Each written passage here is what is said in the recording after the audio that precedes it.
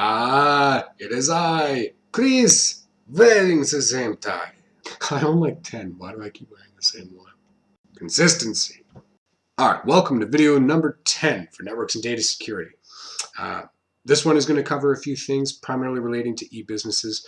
We're going to talk about network technologies that support e-business and the use of cloud services for processing, storage, that sort of thing, as well as discuss security challenges to organizations engaged in e-business.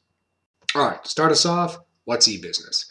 An e-business is essentially one that doesn't have a physical store you can walk into to window shop. They are primarily represented by an online presence. This is through the use of a website, online advertising, that sort of thing. There are e-business solutions for all sorts of things, from computation to finances, like TurboTax. TurboTax is an e-business. I mean, essentially, right? It's all online, or it's in the cloud, or it's software-based.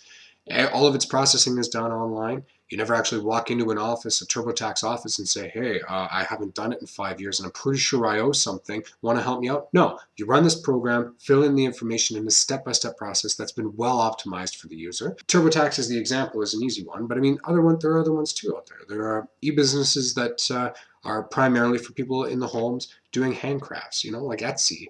Etsy is an e-business in and of itself that supplies itself as a service to other people who are conducting e-business. But I digress. Let's discuss the use of cloud services to foster and maintain e-business. Now, the cloud itself comes with 4 primary benefits. The first is scalability, the second is speed, cost reduction, and redundancy. Scalability. So this is essentially the use of the cloud because of fluctuating business demands.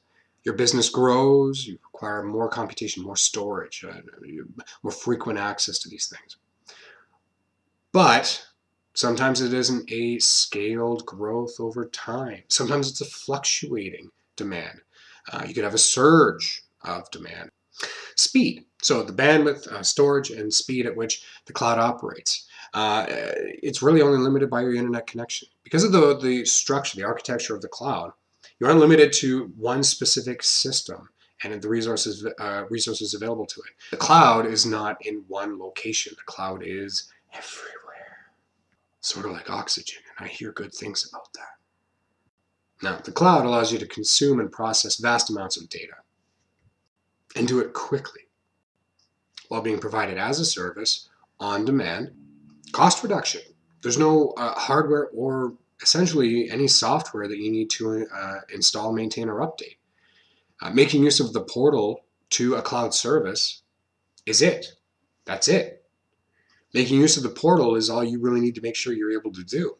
Everything else takes part external to your network and to your machines. The data is transmitted out, does whatever it is that you're telling it to do, and call it a day. But there's no initial setup involved. You don't have to have a planner come in and tell you how much it's going to cost to install all of your network hardware, all the wiring and that sort of thing. Never mind the power involved in keeping them running at all times, just so they're ready on the chance that you need to use them. And lastly is the redundancy. This is protection against disasters and data loss. In the event that a local resource goes down, is destroyed by fire or just time and age, high probability that unless you have a backup, you're going to lose everything that was on it. But with the cloud, it's everywhere. Once it's out there, once it's stored remotely in the cloud, it exists in numerous places at a time. The beauty of this is that not only has the computational power required to process your data been paid for by somebody else, it's been done a lot faster, it's been stored securely and remotely off-site. Not only has the cost involved in maintaining this sort of store or cache of information been relieved from you, but in the event of the worst, it's still there. It's always accessible 24 hours a day. There's no closing hours or business hours for the cloud. That brings us to the last topic, the security challenges to organizations that are engaged in e-business. So the cloud is secure. I mean, about as secure as it gets. Your network connections are going to be secure, or as secure as it gets. But what about the devices that you're using? According to the security firm RSA, during the course of the year 2016, 60% of all transactions confirmed as fraudulent originated from a mobile device. Now, I don't know about you, but 9 times out of 10, solid 3 out of 4, I'm using my phone to browse stores, to make purchases, to use my PayPal, to confirm purchases, to order pizza. Man, I love pizza. But that's the new way of doing things. No, we aren't picking up our phone anymore. It's actually kind of a funny way to think about it. To pick up the phone, that was the reason, call it that. So I don't even know that this applies anymore because phones don't do this. It's more like this. The point here is that the devices you're using to conduct your business online are likely going to be less secure. You've got antiviruses and you've got firewalls. But if the way that you're using them is potentially dangerous or hazardous, if they've already been compromised especially, you may not even know. Which is what led to the development of 2 systems. There's the Security Information and Event Management System and the Advanced Threat and Incident Management System. Now, the Security Information and Event Management System is what monitors a system for attempted hacks or attacks or intrusions. Now, the way the system works is that there are certain criteria outlined as rules, and once these criteria are met, they are triggered, and they do something.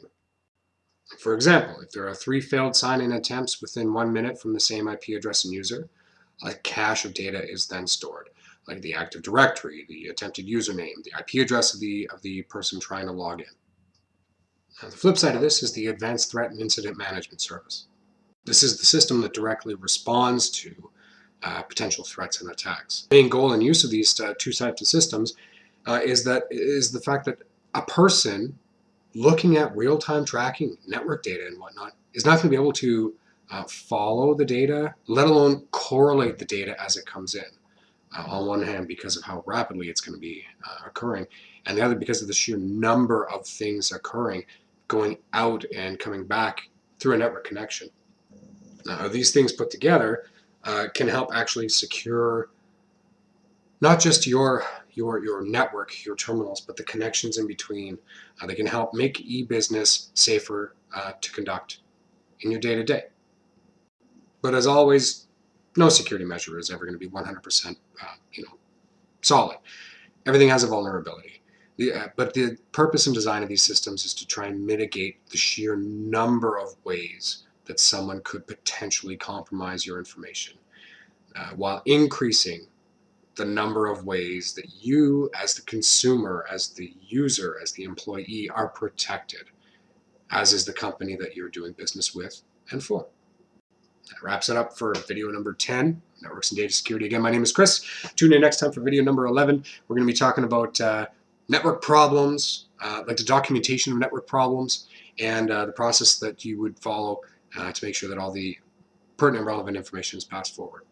I don't expect it to be fun or interesting at all, but we're going to do it anyway.